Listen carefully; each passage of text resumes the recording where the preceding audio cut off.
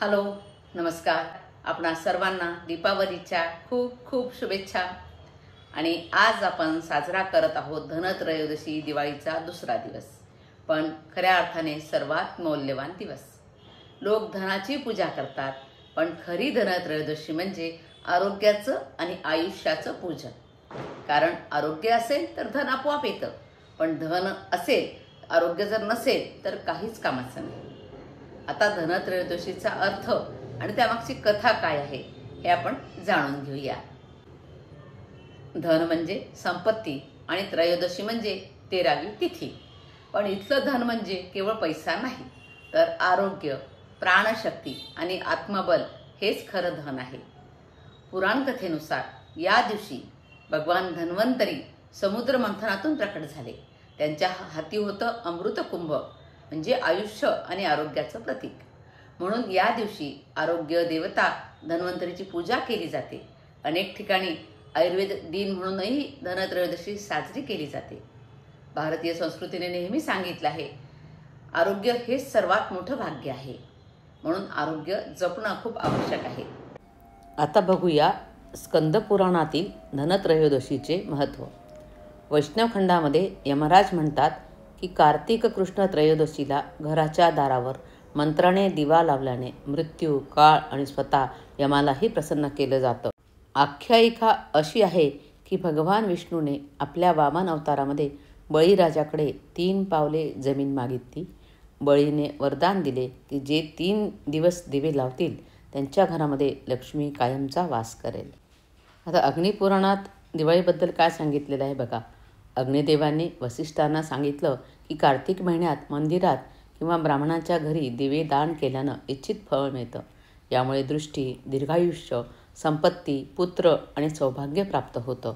आता या धनत्रयोदशीच्या मागची परंपरा, तिचा वैज्ञानिक दृष्टिकोन काय आहे हे बघूया. या दिवशी लोक घराची स्वच्छता करतात. तांदूळ, मूग, पीठ, औषधी वनस्पती आणि धान्यांचं पूजन करतात. हे सगळं प्रकृती आणि अन्नाचं आभार मानणंच नाही का? वैज्ञानिक दृष्टिकोनातून पाहिलं तर दिवाळीपूर्वी शरीरावर हवामानाचा परिणाम वाढलेला असतो. तापमान कमी झालेलं असतं, वजन कमी झालेलं असतं आणि थकवा वाढतो. पण सध्या आपण बघतो आहोत हवामानामध्ये बदल खूप झालेला आहे. तापमान खूप वाढलेलं आहे, सतत गरमी जाणवते आहे. हे सगळे ऋतूबदल, क्लायमेट चेंजमुळे आपण अनुभवतो आहोत. तर धनत्रयोदशीच्या दिवशी शरीर शुद्ध ठेवणं, आहारामध्ये हलकं, पचायला सोपं अन्न घेणं आणि तेलानं अभ्यंग स्नान करणं हे सर्व डिटॉक्सिफिकेशन आणि हार्मोन बॅलन्सिंगसाठी अतिशय उपयोगी असतं. आयुर्वेद सांगतो, अभ्यंगम आचार्यम कुर्वीत नित्यम, म्हणजे रोज तेलानं शरीराला अभ्यंग केल्यानं आयुष्य वाढतं. म्हणून या दिवशी अभ्यंग स्नानाचं विशेष महत्त्व आहे. आता गर्भसंस्कार आणि धनत्रयोदशी यांचा काय संबंध आहे तो बघूया. गर्भसंस्काराच्या दृष्टीनं धनत्रयोदशीचा दिवस अत्यंत शुभ मानला जातो. या दिवशी आईने आपल्या बाळासाठी आरोग्य, दीर्घायुष्य आणि सकारात्मक ऊर्जा यासाठी प्रार्थना केली पाहिजे. गरोदर स्त्रीसाठी धन म्हणजे तिच्या गर्भातील बाळाचं निरोगी शरीर आणि शांत मन हेच असतं.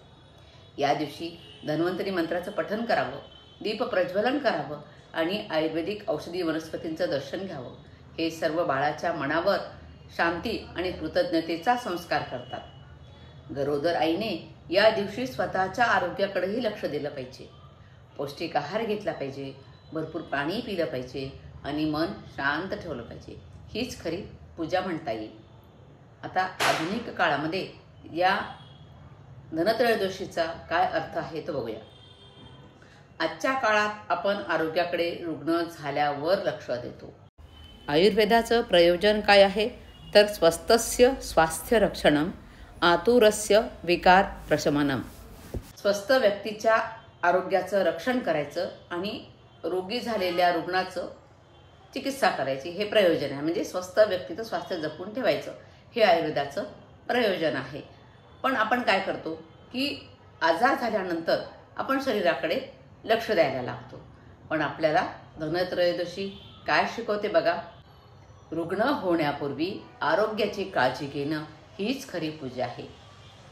या दिवशी थोडा वेळ स्वतःसाठी द्या, योगाभ्यास करा, प्राणायाम करा, ध्यान करा आणि फक्त काही क्षण शांततेमध्ये बसा, शांततेचा अनुभव घ्या.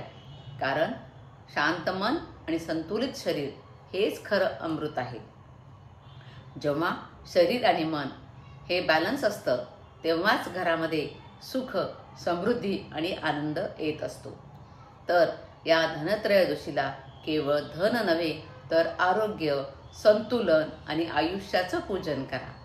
आपल्या घरातला प्रत्येक दीप शरीरातील ऊर्जेला, मनातील शांतीला आणि गर्भिणीच्या बाळाच्या प्रकाशाला जागवो. धनत्रयोदशीच्या आपल्याला पुन्हा हार्दिक शुभेच्छा. आरोग्य हेच खरं धन आहे हे लक्षात ठेवा. माझा हा व्हिडिओ पूर्ण पाहिल्याबद्दल खूप खूप धन्यवाद. आणि अशाच माहितीपूर्ण व्हिडिओसाठी चॅनलला सबस्क्राईब करा. आणि हा व्हिडिओ आपल्याला आवडला असेल तर लाईक करा, शेअर करा, कमेंट करा आणि बेल बटन दाबायला विसरू नका. धन्यवाद.